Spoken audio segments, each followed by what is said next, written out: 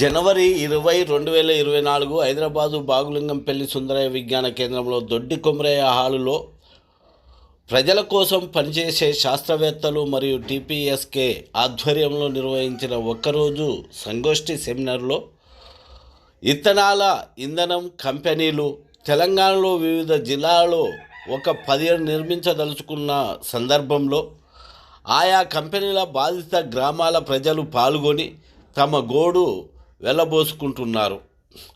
గత కొంతకాలంగా నారాయణపేట జిల్లా చిత్తనూరు గ్రామాల ప్రజలు శాంతియుతంగా ఈ కంపెనీని ఎత్తివేయాలని నిరసన తెలిపితే అధికారులు, పోలీసులు ప్రభుత్వ అండదండలతో ఆ ప్రజలపైన భౌతిక దాడులు చేస్తే మహమ్మద్ కాసిం అనే వృద్ధుడు చనిపోయాడు.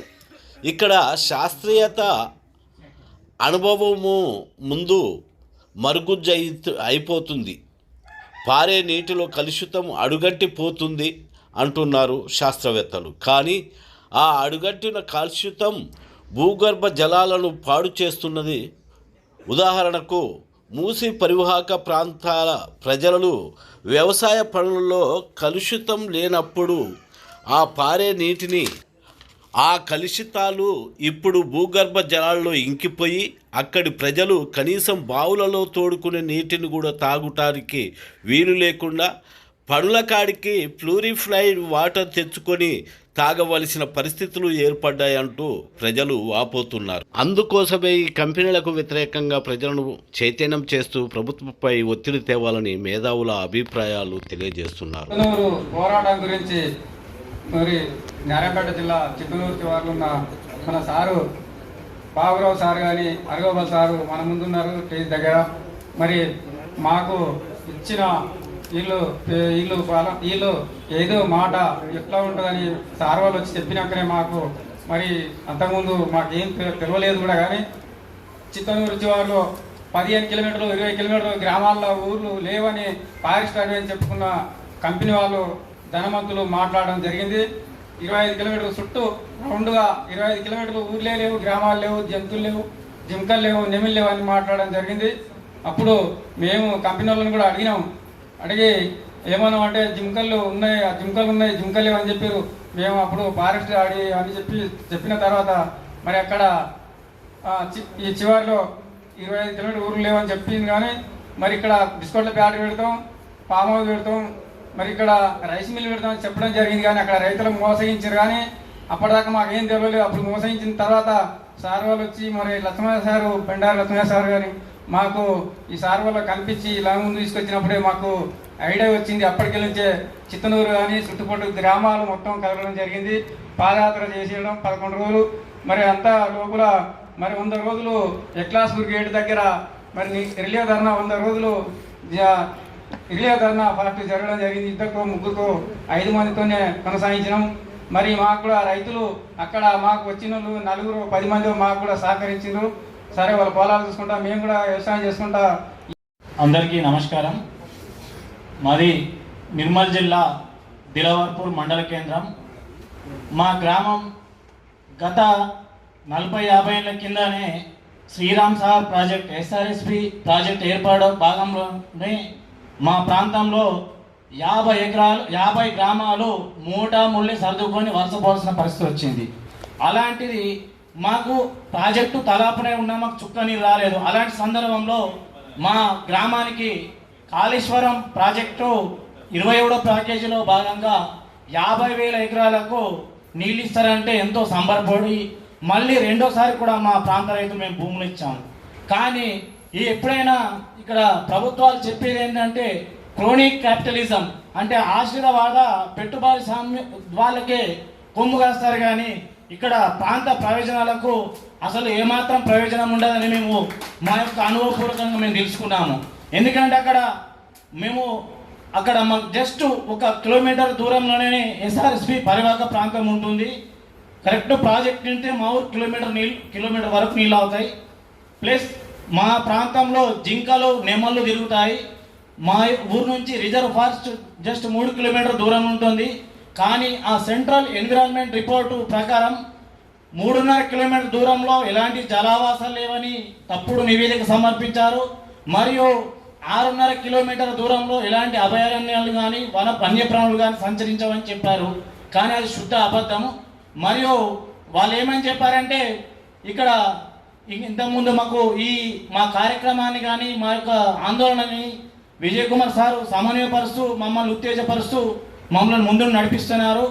ఇంకో విషయం, మా ఊరికో మా పక్క ఊరికో మండలానికో కాకుండా మా దిలార్పూర్ విత్తనాల ఫ్యాక్టరీ అన్నది చివరికి ఉత్తర తెలంగాణ వరప్రద అయినటువంటి శ్రీరామ్ సాగర్ ప్రాజెక్టు మనుగడకే పెను ప్రమాదంగా మారే విపత్కర పరిస్థితులు కూడా మనం ఎదుర్కోబోతున్నాం. ఎందుకంటే 16 లక్షల ఎకరాల ఆయకట్టుకు నీరు అందించే ఆ ప్రాజెక్టు చివరికి కాలుష్య కాసారంగా మిగిలబోతుంది.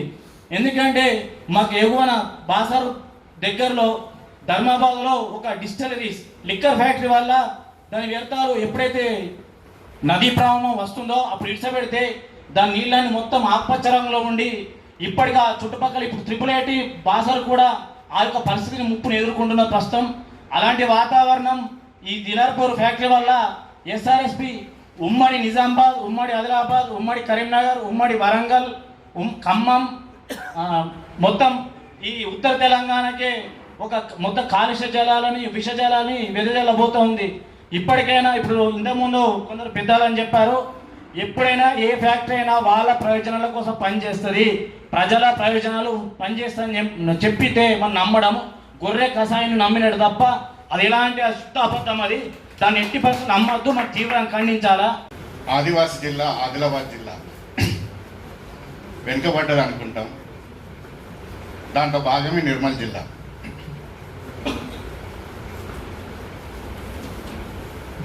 వెయ్యి ఊళ్ళ మర్రి ఉంటుంది. ఆ మర్రి చెట్టుకు 1000 మందిని ఉరిదీసిన ప్రాంతం మా నిర్మల్. పచ్చని పంట పొలాలు ఉంటాయి, పక్కనే ఎస్ఆర్ఎస్పి ప్రాజెక్ట్ ఉంటుంది. ఇప్పుడిప్పుడే హై లెవెల్ కెనాల్తోని ఆ భూముల రేట్లు 10-12 లక్షలు ఉన్నాయి, 40-50 లక్షలకి ఎకరం చొప్పున ఖరీదైనవి. అక్కడ ప్రజలందరూ కూడా వ్యవసాయం మీద ఆధారపడి ఉంటారు. ఇక్కడ జరిగింది టీపీజేఎస్ పక్షాన మేము భావించింది అంటే బైన్సా దగ్గర ఒక టోల్ ప్లాజా వేయాల్సింది ఉండే. అక్కడ ప్రజలు పనులన్నీ కంప్లీట్గా అంది టోల్ ప్లాజా ఎత్తేసిన కోటుకుపోవడం వల్ల ఆ ప్లాజాను ఎత్తేసింది. నిర్మల్ ప్రాంతం దగ్గర ఉన్న దిలార్పూర్ గ్రామానికి పోయి ఈ టోల్ ప్లాజా మీద ఎరికేసి కొన్ని ఉద్యోగాలు వస్తాయని ఆశపడ్డారు. ఉద్యోగాలు మా ఊళ్ళోకి వస్తాయి కదా అనుకున్నారు. టోల్ ప్లాజాకి అనుమతిస్తే అక్కడ టోల్ ప్లాజా అయింది. ఆ తర్వాత హై లెవెల్ కెనాల్కు రైతులను భూమి సేకరించినప్పుడు 2013 భూసేకరణ చట్టం అమలు చేయాలని మేము ఎంత మొత్తుకున్నా అక్కడున్న మంత్రి వాళ్ళెవరే చెప్పేది ఇచ్చేది నేను కదా అని వాళ్ళు మభ్యపెట్టడం, భూమి కోల్పోయిన రైతులకు గ్రామస్తులు సహకరించకపోవడం, పాపం వాళ్ళు 10-12 లక్షలకి ఎకరం చొప్పున పరిహారం తీసుకొని ఆ భూములు వదిలిపెట్టడం, నిరాశలు కావడం, ఇవన్నీ కూడా ఈ పెత్తందారులకు అవకాశం చేసుకొని నీళ్ళు అందుబాటులో ఉన్నాయి, ప్రజలు సఖ్యత లేరు అనే ఉద్దేశం కొద్దే ఈ దిలార్ ప్రాంతంలో ఒక 36 ఎకరాలు భూమి తీసుకొని ప్రాజెక్ట్ కోసం ఏర్పాటు చేశారు. మొదలు విత్తనాల కంపెనీలు అన్నారు. విత్తనాలు అంటే మాకు లాభమే కదా అనుకున్నారు. అదే సీడ్ విత్తనాలంటే సీడ్ కంపెనీ అనుకున్నారు. లేదు కాదు, అది విత్తనాలని మేము దేశ తరఫున చాలా ఊళ్ళలో మేము ప్రచారం చేసుకుంటూ వచ్చినాం. వాళ్ళు కూడా చదువుకున్న చాలామంది, అనిల్ గారు, రాజిరెడ్డి గారు, వీళ్ళు కాదు విత్తనాలు అంటే వేరే కంపెనీ, దీనివల్ల మనకు నష్టం ఉంటుంది అంటే ఈ మాటల సందర్భంలో చిత్తనూరు విషయం వాళ్ళు తెలుసుకున్నారు. వాళ్ళు చిత్తనూరు చూసిన తర్వాత వాళ్ళకి కొంచెం అర్థమైంది. అర్థమైన తర్వాత అక్కడ నాయకులు ఏం చేస్తున్నారంటే మా నాయకుడు దాన్ని క్యాన్సిల్ చేస్తారు, మా నాయకుడు క్యాన్సిల్, పార్టీ వాడు బీజేపీ జరిగిపోతున్నారు, కాంగ్రెస్ జరిగిపోతున్నారు, టీఆర్ఎస్ జరిగిపోతున్నారు. మభ్య పెడుతుంది తప్ప పని కాదు. మీరు ఒక ఐక్యత ఏర్పడి ఒక కమిటీ ఏర్పడితే వ్యతిరేక పోరాట కమిటీ వేసుకుని బాగుంటుందంటే నిజానికి యువకులు ముందుకు వచ్చిండ్రు, చదువుకున్న వాళ్ళు చాలామంది ఉన్నారు కాబట్టి వాళ్ళందరూ ఒక కమిటీ ఏర్పడి ముందుకు పోతున్న తరుణంలో అందరికీ ఏముంటుందంటే ఇన్స్టంట్గా ఎంత పని అవుతుందో చెప్పు అనేది వాళ్ళ. దానికి మేమేంటే అక్కడ ఇక్కడ ఎందుకు, ఎక్కడైతే ప్రాంతం ఉందో ప్రాజెక్ట్ నిర్మాణం చేసేది. దాని ముందర ఒక టెంట్ వేసుకొని కూర్చుందామని అనుకున్నాం. దాని దగ్గర ఒకరోజు నిర్ణయించుకొని టెంట్ వేసుకోవడానికి పోయినాం. అదే రోజు పెద్ద ఎత్తున ధ్వంసం కాబడి వాళ్ళ కార్లు కాలిపోయినాయి, తిరిగి జనాలు చాలా సంతోషపడ్డారు. పోలీసులు మాకు చాలా సహకరించలేదు. పోలీసులు సహకరించడం అనేది ఇప్పటికి చాలామందికి అర్థం కాలేదు మా ఊళ్ళో.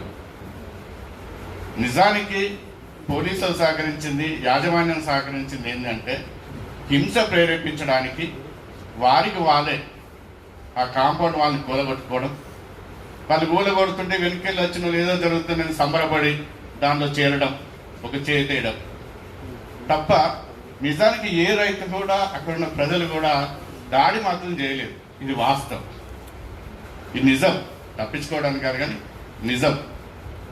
దాని దగ్గర కారు కూడా కాలిపోయింది.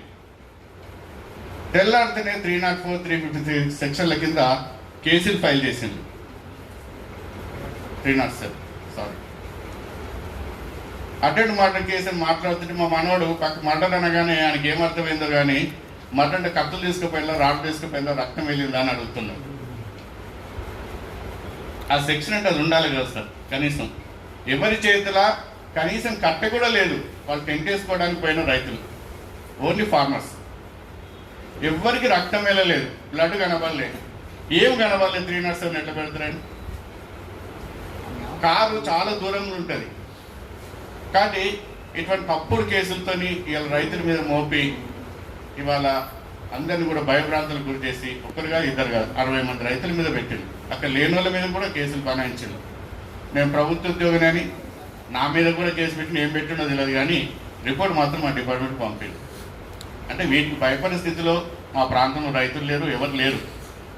కానీ చిత్తనూరు ఇచ్చిన స్ఫూర్తి మాకు చాలా ముందుకు తీసుకుపోతుంది. వారికి ధన్యవాదాలు. మద్దతు ఇస్తున్న టీపీజేఎస్ కానీ హరగోపాల్ సార్ పేరు చెప్పుకుంటున్నాం, అక్కడ మద్దతుగా ఉన్నారని. కోదన్న సార్ పేరు చెప్పుకుంటున్నాం, మాకు మద్దతు ఉన్నారని. వామపక్షులన్నీ కూడా మాకు మద్దతుగా నిలబడ్డాయి. తెలంగాణ విద్యావంతుల వేదిక, టీపీజేసి వీళ్ళందరం కూడా ఆ ఊరికి మద్దతుగా మేము నిలబడ్డాం. వాళ్ళు కూడా బాగా సహకరించుకుంటున్నారు.